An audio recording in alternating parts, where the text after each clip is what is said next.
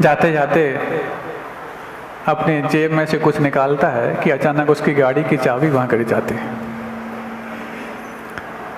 और जैसे ही वो गाड़ी की चाबी गिरती है, ना वो व्यक्ति देख पाता, ना वो बच्चा देख पाता। एक दूसरा व्यक्ति आता, उस गाड़ी की गिरी हुई चाबी को उसको वापस लौटाता,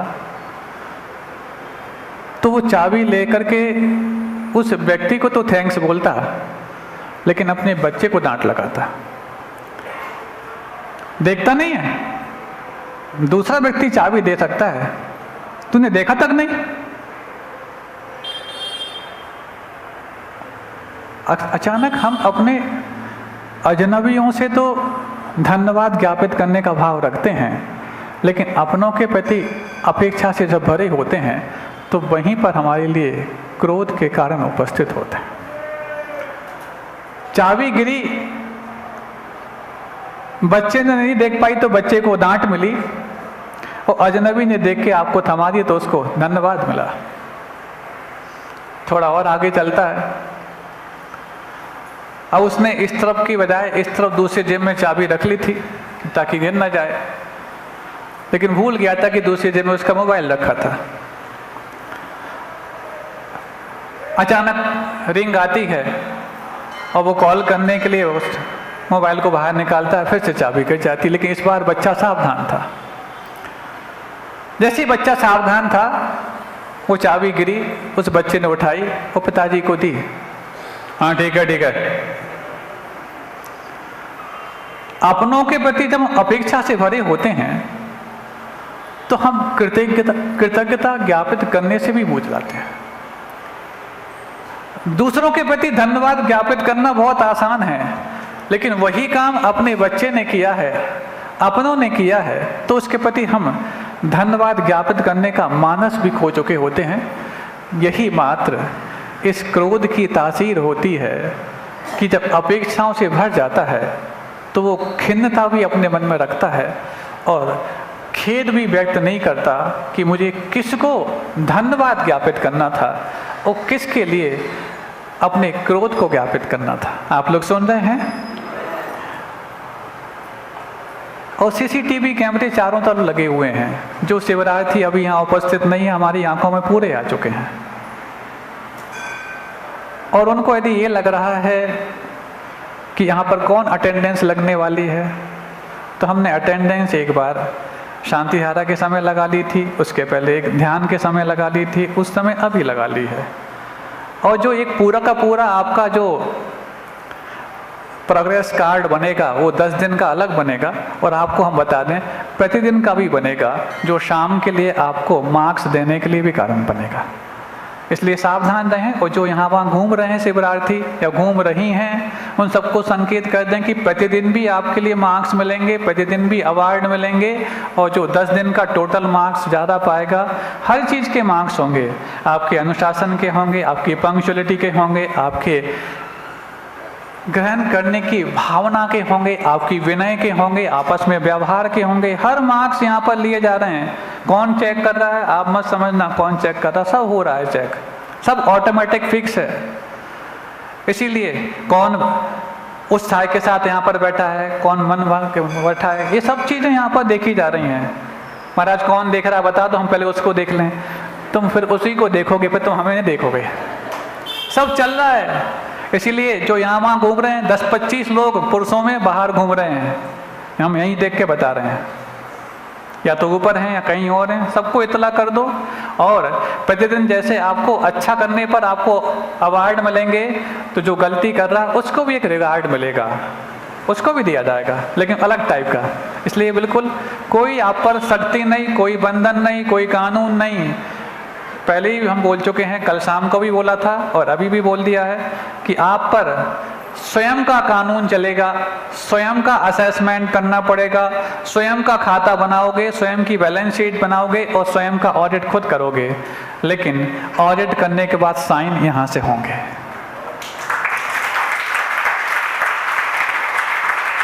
इसलिए अभी तो पहला उपवास भी प्रारंभ नहीं हुआ, जो 10-10, 5-5 उपवास करने की भावना रखने वाले, यदि ये छूट लेके बैठे हैं कि कम से कम हम उपवास करने, अभी तो शुरू ही नहीं हुआ है तुम्हारा उपवास और अभी से तुमने यदि इस प्रकार से छूट मांग ली है। सब दिख रहे हैं, हम यहाँ से उन सबके नाम भी ले सकते हैं क्योंकि हमें पुरुष शिवरात्रियों के तो लगभग सबके नाम पता हैं, महिलाओं के तो नहीं मालूम, लेकिन महिलाएं भी समझ लें, आप पर भी पूरी निगाह रखी जा रही है।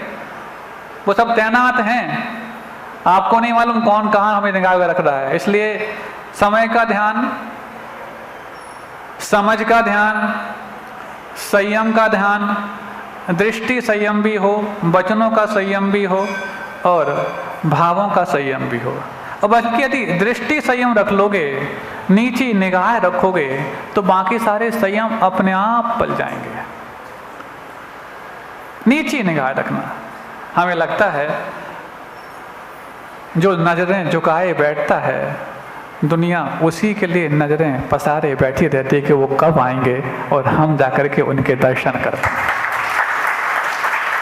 बताओ, पूज्य गुरुदेव किसकी ओर बार बार देखते थे? महाराज, हम बार बार ये देखने जाते थे कि एक आध बार तो हमें देख लें, लेकिन किसी की ओर ना देखते हुए भी दुनिया का एक भी व्यक्ति ऐसा नहीं था जो उनकी ओर ना देखना चाहता। जब कलकत्ता गए पूज्य गुरुदेव, 1983 की बात है, और कलकत्ता के हावड़ा ब्रिज पर, क्योंकि हावड़ा ब्रिज से मात्र 2 ही बार वहां का जो ट्रैफिक रोका गया, एक बार जब रानी विक्टोरिया उस समय आई थी उस समय, और दूसरा पूज्य गुरुदेव आचार्य विद्यासागर जी महाराज जब गए थे उस समय। अगले ही दिन समाचार पत्रों में छपा था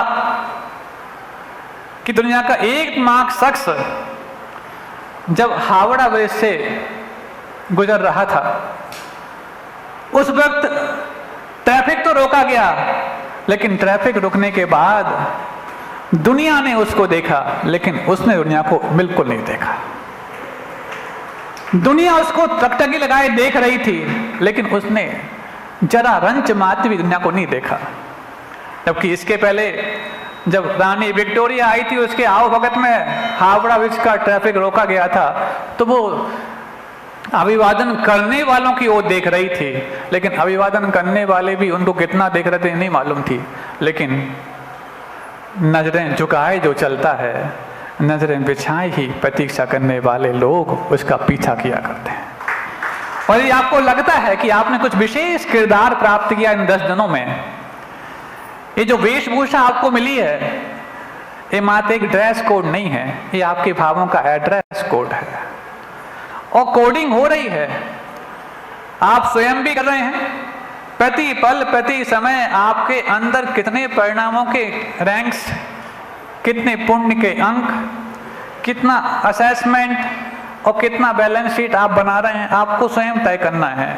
बाद में जो दूसरा तय कर रहा है वो तो आपको सामने आएगा ही आएगा, लेकिन स्वयं तय करते चले जाना है।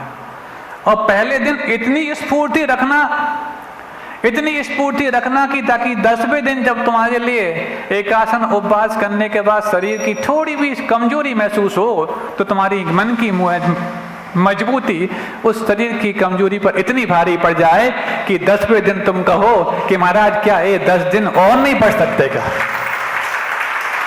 और इसके लिए आपस में एक दूसरे को मोटिवेट करना पड़ेगा। थोड़ा सा भी यदि मिलान हो रहा है तो उसको मुस्कान के द्वारा उसके अंदर ऊर्जा बननी होगी, क्योंकि मुस्कान एक ऐसा शस्त्र होता है न किसी को चुभता है न कभी चूकता है। आप लोग मुस्कुराना जानते हैं? हम कैसे पहचाने कि आप लोग मुस्कुराना जानते हैं? थोड़े से चेहरे पे मुस्कान आ जाए, अरे वो मुस्कान और वो चेहरा किस काम का, जब देव शास्त्र गुरु सामने हो और उसका चेहरा उदास हो जाए। और मुस्कान ऐसी कि भगवान वो दिन कब आएगा जब आप तो सिद्धालय में विराजमान हो चुके हैं, लेकिन आप हमारे श्रद्धा के आलय में विराजमान होकर के एक दिन मुझे भी सिद्धालय में विराजमान करने के लिए कारण बना दोगे। और उसकी शुरुआत उसी मुस्कान से होगी, उसकी शुरुआत उसी आपके अपने स्वयं के उत्थान से होगी। और उस उत्थान के लिए तुम्हें स्वयं का आकलन करना आवश्यक है, सेल्फ असेसमेंट करना आवश्यक है। एक बात ध्यान रखना, आप लोग के कोई भी कार्यक्रम प्रारंभ होने का समय आप जो भी तय करो, लेकिन समापन का समय हम तय करेंगे। 9:30 बजे समापन होना है तो होगा। जब जितना आपको नुकसान करना अपना करना, हम तो 9:30 पे समाप्त करेंगे, क्योंकि थोड़ी सी व्यवस्थाएं इन लोगों की भी हैं, इन लोगों ने भी कुछ छूटें मांगी हैं, तो उसके हिसाब से इनको भी समय देना है।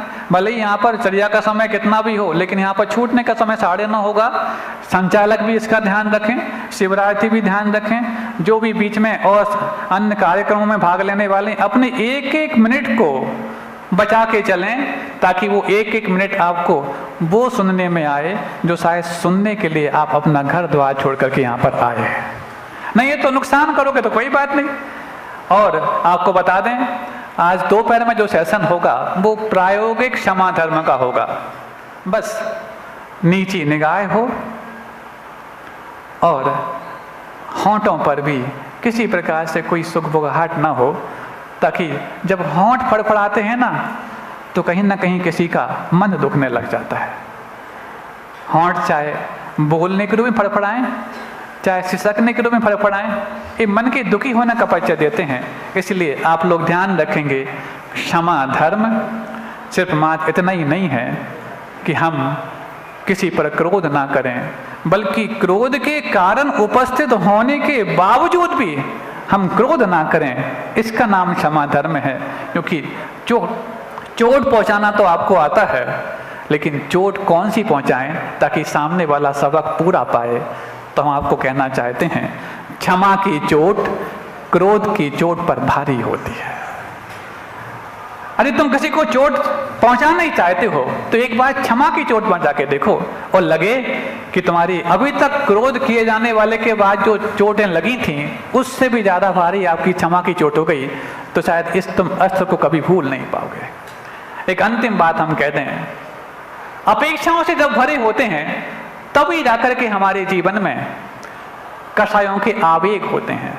जैसे कभी आपने देखा है, कोई जो सिरिंज होती है, सलाइन होती है, बहुत उसका छोटा सा छेद होता है, उस छोटे से छेद से भी मिलीमीटर करके जो आपका मिलीलीटर करके जो आपके अंदर दवा पहुंचाई जाती है, ऐसे वो ml करके जो दवा पहुंच रही है एक रोगी व्यक्ति को भी स्वस्थ कर देती है, और यदि कुछ गलत पहुंच जाए तो स्वस्थ व्यक्ति को भी, वो रोगी तो क्या राम राम ऐसा भी करा सकती है। ठीक ऐसे ही कषायों की वो छोटे छोटे से पुट होते हैं जो हमारे भीतर पहुंच करके इतने बड़े सैलाब के लिए कारण बन सकते हैं, और धीरे धीरे करके हम यदि सलाइन को उस सलाइन के माध्यम से जब उसको डिटॉक्सिफाई करते हैं तो छोटे छोटे से प्रयास हमारे लिए एक अलग ही नायाब रूप प्रदान करने के लिए तैयार पाए जाते हैं। वो सलाइन कैसी होती हैं, वो इंजेक्शन की सिरिंज होती कैसी है, ये सब हम समझेंगे। हमारा सेल्फ असेसमेंट अकाउंट, जितने भी व्यापारी यहाँ बैठे होंगे, जितने भी सीए करने वाले, ऑडिट करने वाले यहाँ बैठे होंगे, उन सबको शायद आज पहली बार सेल्फ ऑडिट करने का मौका मिलेगा। अहिंसा परमो धर्म की, बोधि समाधि परिणाम शुद्धि, स्वात्मोपलब्धि शिव सौख्य सिद्धि, चिंतामणिम चिंतित वस्तु दाने, त्वां वंदे मानस्य ममास्तु देवी। जो स्वयं दुख से भरा है उसको मैं समझाने की आवश्यकता नहीं। बोले कैसे? बोले अपशब्दों को कह करके उसने जो पाप बांध लिया है, पाप ही तो दुख में वा, ये दुख ही हैं। क्यों? ये दुख भले ही अभी पैदा नहीं करे, लेकिन दुख के कारण हैं। अब दुख के कारण जो हैं और जो दुखी कराने वाले हैं, उसको मैं कुछ कह करके, भला बुरा कह करके खुद के लिए भी दुखी बनाने का प्रयास क्यों करूं, और उसको भी दुखी है उसको और दुखी देने का मैं दुस्साहस क्यों करूं? ठीक है, ये तो आपके समता की बात हो गई, सब कुछ हो गई, लेकिन फिर भी आपको कुछ ना कुछ तो कहना चाहिए। बोले सुनो, कितना भी दंड तुम दोगे, लेकिन क्षमा से बढ़ के दंड दूसरा कोई नहीं हो सकता। क्योंकि बाकी सारे दंड तो वो तुम दे भी दोगे, वो कुछ समय के लिए कष्ट पाएगा और बाकी भूल जाएगा, लेकिन जो क्षमा का दंड है वो जीवन भर याद रख पाएगा। अरे आप सब तो जैन हो, महात्मा गांधी ने भी एक बहुत अच्छी बात कही थी, जब मैं बहुत अधिक बोलता हूं तो सत्य नहीं बोल पाता। सुन रहे हो? जब मैं बहुत अधिक बोलता हूं तो सच नहीं बोल पाता, क्योंकि सच तो बहुत सीमित होता है, उसके बारे में कितना बोलोगे। और आज सच को साबित करने के लिए ज़्यादा यदि बोल रहे हो आप लोग, तो सच तो वो है ही नहीं, वो तो असत्य का पुलिंदा है। अहिंसा परमो धर्म की, बोधि समाधि परिणाम शुद्धि, स्वात्मोपलब्धि शिव शौक सिद्धि, चिंतामणिम चिंतित वस्तु दाने, त्वाम वंदे मानस्य ममास्तुते। श्री जिन्हि में गिरि से उद्भव है, ध्वनि सरिता सो जिन वाणी, अघमल प्रक्षालन करती है, शोभवि सरस्वती वाणी। प्रथम करण अरुचरण द्रव्य में, गूंथी सो गणधर वाणी, दुर्लभ गुरु से प्राप्त हुई सो, हम कहते हैं गुरुवाणी।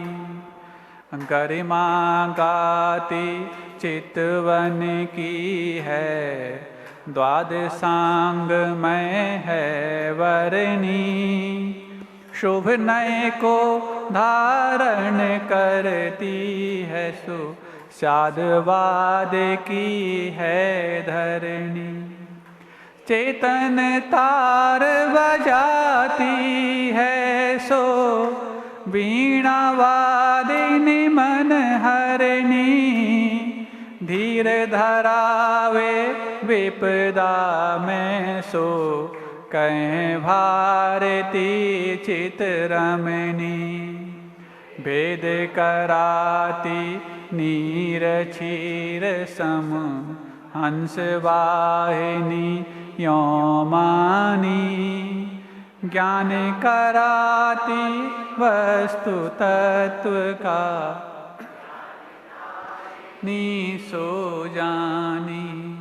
मुक्ति दिलाती अनुचर को है, नहीं शारदा समदानी, शिव सुख मंजिल दिखलाती, सो यही नेत्र ज्योति वाणी। श्री जिन्हि में गिरि से उद्भव है, ध्वनि सरिता सो जिन वाणी, अघमल प्रक्षालन करती है, शोभवि सरस्वती वाणी। द्वादशांग